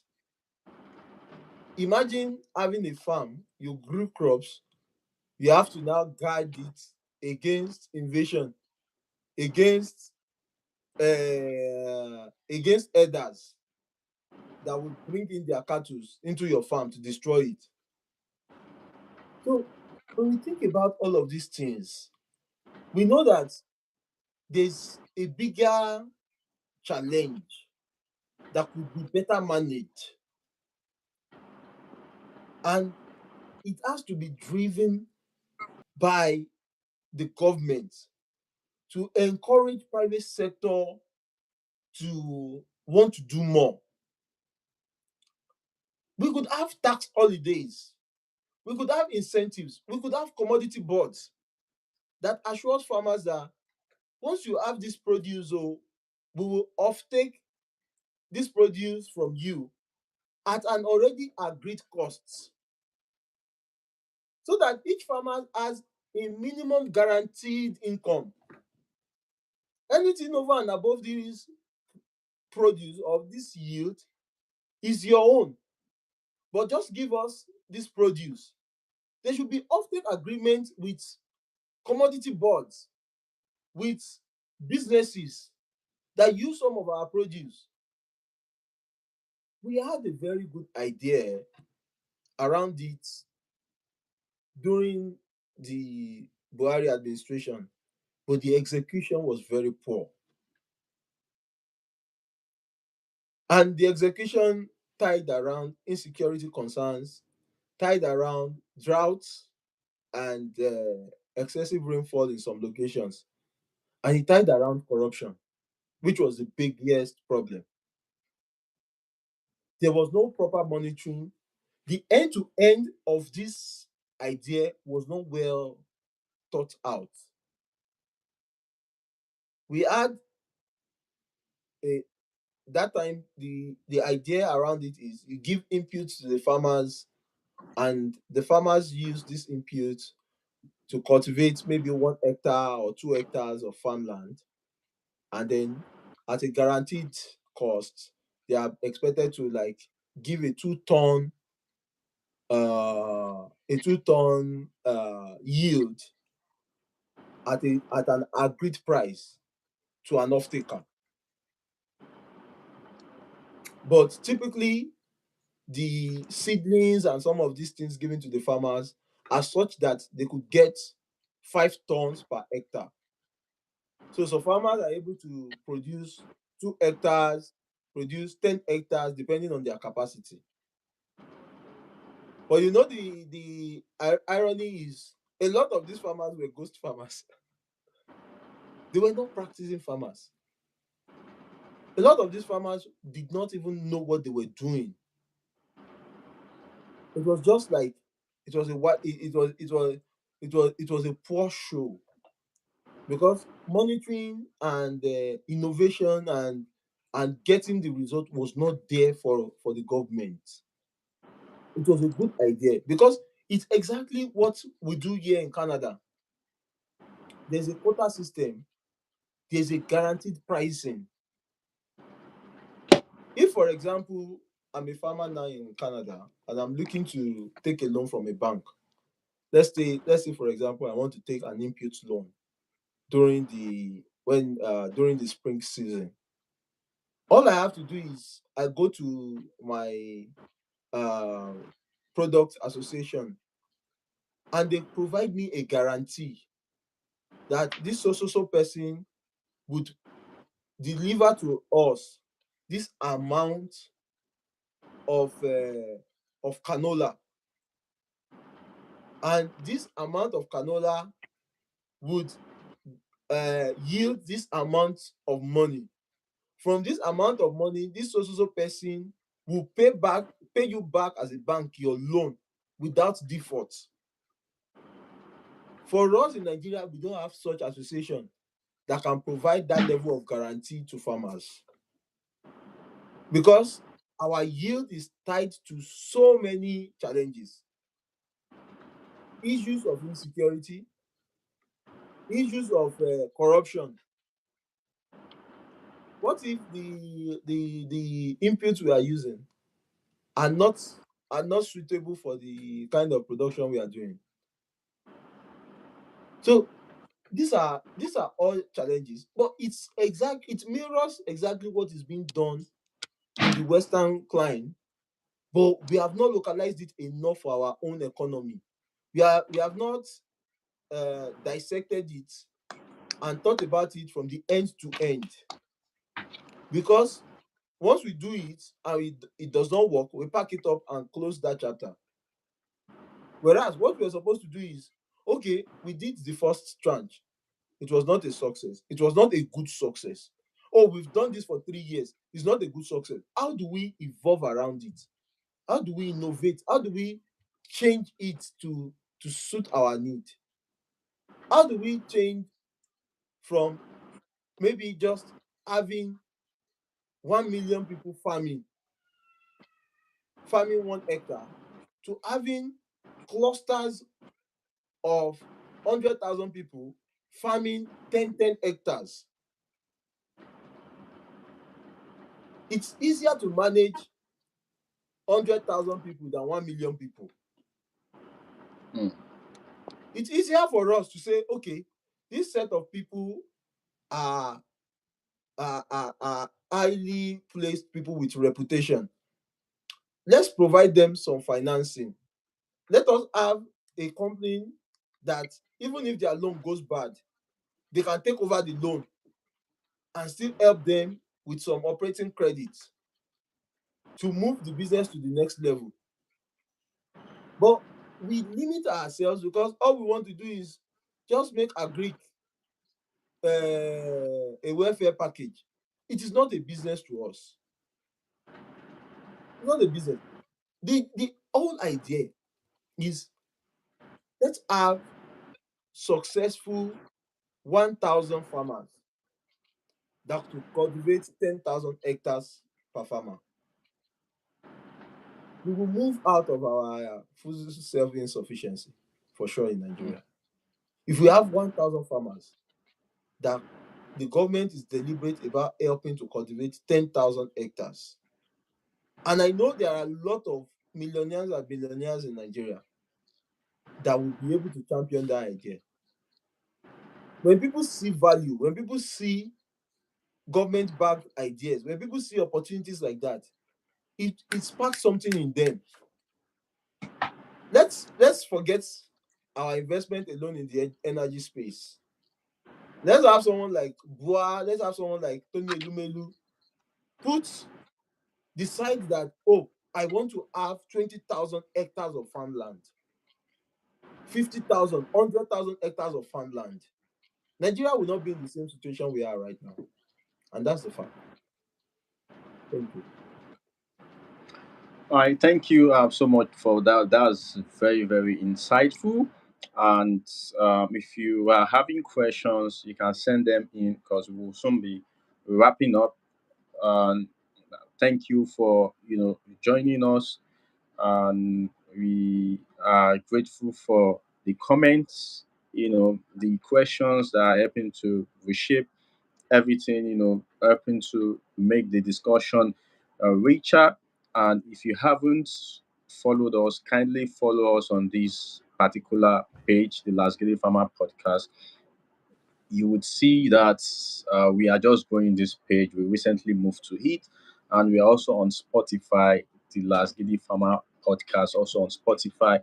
There you have access to many of our discussions that are not here, and also they are in the audio format. You can listen to it while you go anywhere, and trust me, like we are having today, everything is all top notch conversation on real issues, and not just optics, not just hype machines and all that, right? So we would want you to just up onto the subscriber button, click on the follow button, up on Spotify as well, click on follow. So now I want to come back to your question.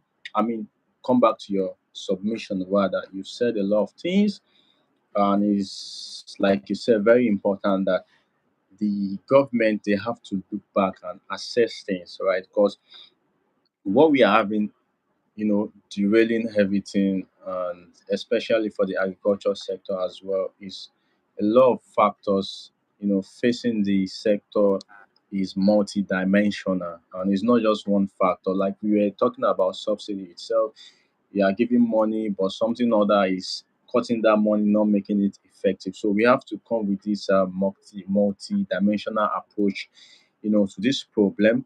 And also, it helps for the private sector themselves.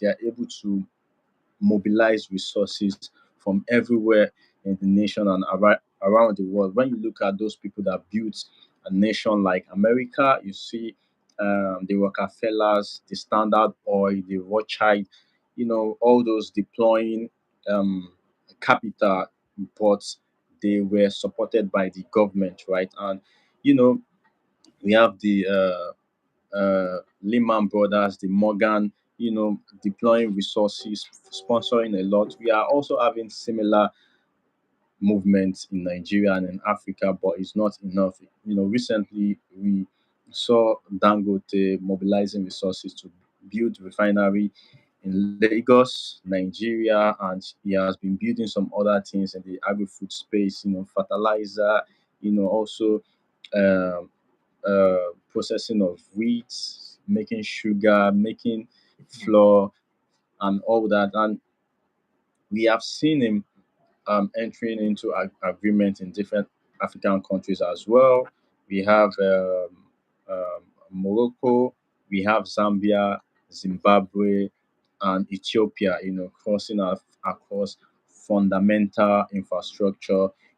Energy, cement, fertilizer. Hmm. What do you call? So those are the kind of things that we want to be happening. And it's not enough for just Dangote. The Dangote said something recently that he would like that when people steal money, that they use it to they invest the money in Nigeria. Because for every Hmm. money that you steal, opportunities are missing when you invest them, away from the country or abroad, right? So we want many people like Dangote, Elumelu, Rabiu, Abdul and Samad. Yeah. Femi Otedola, you know, putting their money into critical infrastructure, areas of growth. Like someone said, nobody is going to come and develop Africa. It's Africans that will develop Africa because they have better understanding of what Africa wants, Africa needs, and it helps to, like you said before, create these locally adaptable solutions. Because many of the ideas that we bring into our country, democracy, capitalism, fine, they are working in other places. But when you adopt them, they might need some fine tuning, to local mm, context, settings, conditions, right? So we have to actually work on that. Government, they need to find a way to make private sector work. When you look at uh, developing economies, the government depend on businesses, mm, right? yeah, Right? So they understand the value of businesses, creating mm, jobs, creating opportunities and income for people to earn very good living. But yeah, here, businesses depend on government. When you want to do your business in Nigeria, you have to do your pest analysis very well. You have to mm, especially look at the political and legal factors, mm, right?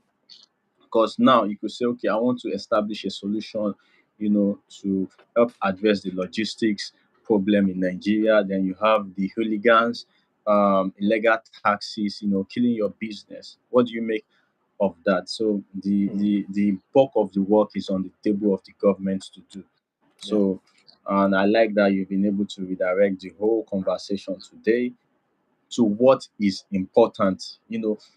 There is want and need. This is what we want, but this is what we need. The need is mm, very important for we to access what we want, right? yeah, We want strategic partnership, but it doesn't happen, like you said, without having this sort of carrier.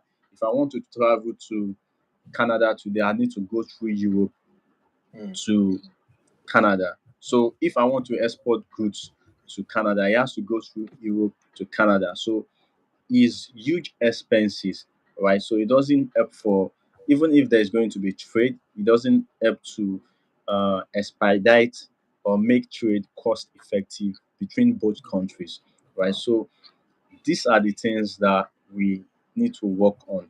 And I'll just give you few minutes here, 2 to 3 minutes, for you to give us the final um, advice for today, admonish us on something. You know, you are in Canada, you see a lot of things working right and all that. That if you think that if we are able to do such thing, mm, then we could change our story to the story of China, that is the success story of the modern era.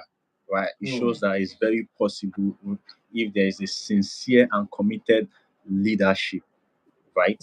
So I want to give you the flow, 2 to 3 minutes. Hit it on the head. Give us punchline. Thank you. mm. Yeah, Yep. thank you so much, Lasgidi Farmer, for this opportunity to share my thoughts on some of our issues from back home, but to also discuss innovative ways we could move forward, because it's easier to talk is cheap. Well, I know that there are folks that will see these on platforms and will say maybe we should consider that. And the ideas that drives our discussion here are experiences that we all have garnered over the years, and we are the ones that would develop our own nation. Maybe it might not be resource wise. It might be in our experience, in our approach, in our discussions, and I believe there's a lot of room for improvement in how Nigeria is positioned right now. But that's development, that growth we are looking for must stem from a strong private public collaboration, private led, public supported collaboration, to put us in the right place as a nation. There's opportunities, teaming opportunities in the ag space that goes beyond just subsistence operation. Mechanization and expansion of operations is a big thing that we could do, and we have the population for it. We have intellectuals for it. We only need investors. We need people that wants to be deliberate about Nigeria. We want true Nigerians, and I hope we have them. Thank you. That's it. All right, thank you so much. And what I really appreciate about everything that you said today is that you are very passionate about Nigerian growth and development, and you lend your support very, very pragmatic and realistic. But like you like to cut to the essence of things. You don't want to uh, get around the bush. You just want to get into what exactly is the problem and what we must do. So, is what I would advise for people listening to us today that all should be like Sam, a very concerned and um, good citizen of Nigeria, that wherever we are, we must strive towards the growth of the nation. It's not just by uh, criticism, but constructive criticism. Like you gave us the problems, then you gave us the answers, then you gave us how to go about solving the problem. So those are the ways that we can actually, you know, address issues and bring about the necessary change that we want, and as much as possible to participate in the political life, of the country. And it's the beauty of Nigeria. We have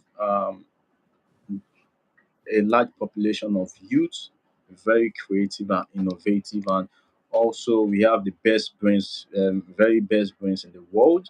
And if rather than just criticism, we can use these positive qualities to actually redirect the uh, trajectory of this country, then it would really be nice and do good for the nation. So, before I bid a farewell, just to um, reiterate what has been said today by way of summary, it's not just about strategic alliance, strategic partnership. The question is, what can you offer? What have you done, right? And we have to reassess ourselves and look at what are the areas that we could actually work on.